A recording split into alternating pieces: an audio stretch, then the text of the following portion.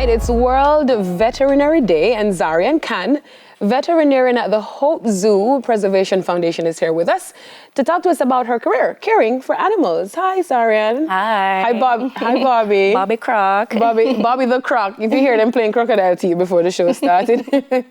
World Veterinary. Am I getting that word right? Veterinary Day. Yeah. What is that about? Celebrating being a vet? Celebrating being a vet and all the things that vets do, how we help animals, how we help the environment, how we help people, because there's a thing called One Health where it's not just veterinary medicine and animals alone. We also play a part in helping humans, which a lot of people don't know. So World Veterinary Day celebrates all of that. All of that. I didn't know that, by the way. I thought if it's animals, it's just animals. No. All right.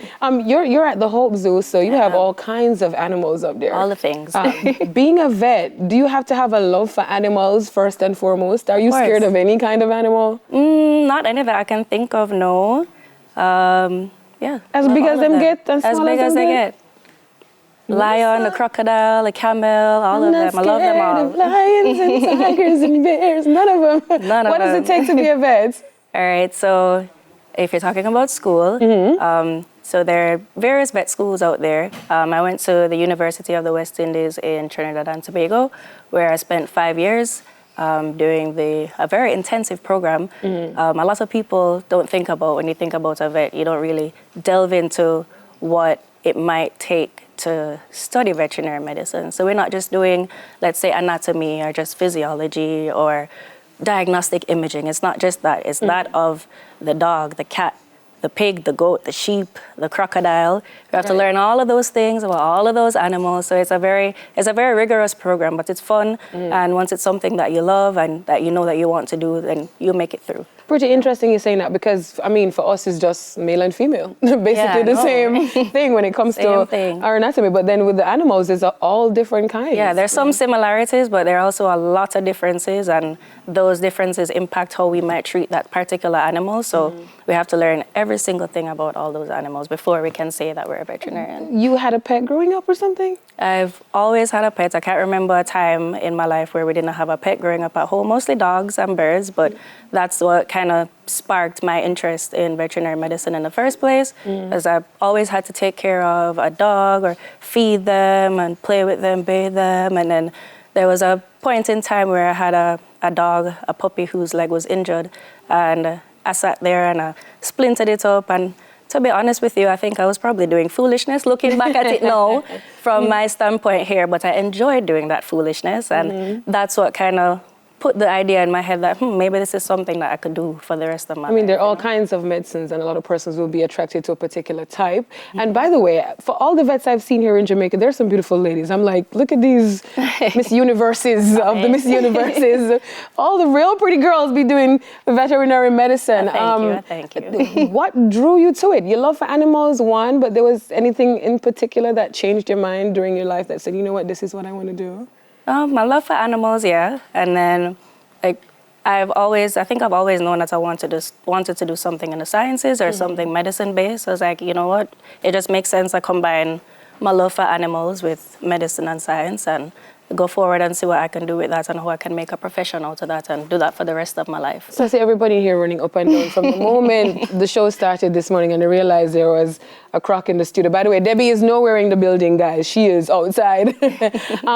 Were you afraid? Is there any bad thing about being a vet? Because I know you must have been bitten by some kind of animal at some point. I mean, I'll take my luck with dogs and that's about it. And even them afraid of it, But still, other than that, bad thing, good thing about being a vet? You've been bitten? No. I have been bitten. Well, let's start with the good things. Some of the good things about being a vet, of course, it's really rewarding when you know that sometimes you get animals that they look like they're on their way out, that they're really ill, and you're able to figure out what's wrong and implement the appropriate treatments for them to take a complete turnaround. And Bobby is an example here. That's why I brought him here today. His picture should be in the carousel somewhere there.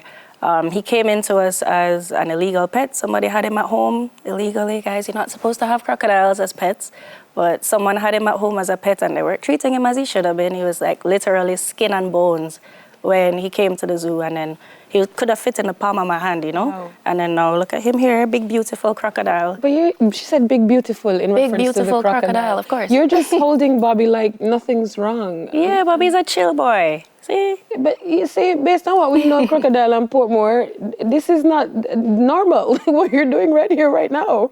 I mean, it's not normal, but it's necessary. You know, it's necessary work. Another rewarding part of the job is rehabilitation of native wildlife. That's something that being at the Hope Zoo has afforded me to do. And the zoo is not just a zoo where you come in and see the collection animals and that's it. We actually do something to help the environment or give back to the environment. So he's an example, and we also get lots of birds and sometimes snakes. They come in and they're injured, and we make them better again, and we're able to release them back into the wild. Is there any kind of animal that you've never had as a patient that you want to have as a patient? Never had as a patient that I want to have as a patient. I love apes. Apes? I like gorillas. Ugh. They're dangerous. Yes. But they're so beautiful. No. They're so beautiful. They're so intelligent. I had the pleasure of meeting one. He was the oldest silverback gorilla in the United States. His name is Ramses. Oh, thank you. And let me tell you, the connection that we made when we looked into each other's eyes. I could feel it. He was like he had a soul in there. Yeah, of course. So I'd love to be able to treat one. What would your message be to, young boys or girls who are interested in being a vet? What would your advice to them be? Can I touch Bobby? Of course. You put Bobby on the table? Your advice to those who are interested in veterinary medicine? So before we go, hi Bobby. In the almost 5 years that I've been a vet, I can't tell you the amount of people that have come to me and said, oh, you're a veterinarian. I wanted to do that when I was a kid, and they tell me about a story about somebody that had discouraged them from that path, and then they're looking back saying, wow, I wish I had done it. If it's something that you want to do, anything in life, if there's anything in life that you want to do, once your intentions are pure and you know that you're passionate about it, go for it. Find a way to go for it and do it. You will not regret it. It will be so rewarding, and I can guarantee you that. I was going to hold Bobby, but you can. Oh, Jesus, Come on, let me take put the Bobby in your wheels, lap. Aaron can. Vet at Hope Zoo Preservation Foundation. You're watching Weekend Smile. Soon come back. Hold on, take it slow. Put him in my lap and let it go. Do I need to hold him a particular kind of way? So you just put one hand right here. And put the it might tape up, right? Yeah, man. All right. Okay. Jesus. People look at it. It's real. Oop. Okay, he's sliding Good. off. Come, my pants is slippery. Good. All See, right. look at you. Look at that, guys. Look at you. I'm dying though, for real. Soon come. Stay with us. Breathe, Datron, breathe. Hi, Bobby.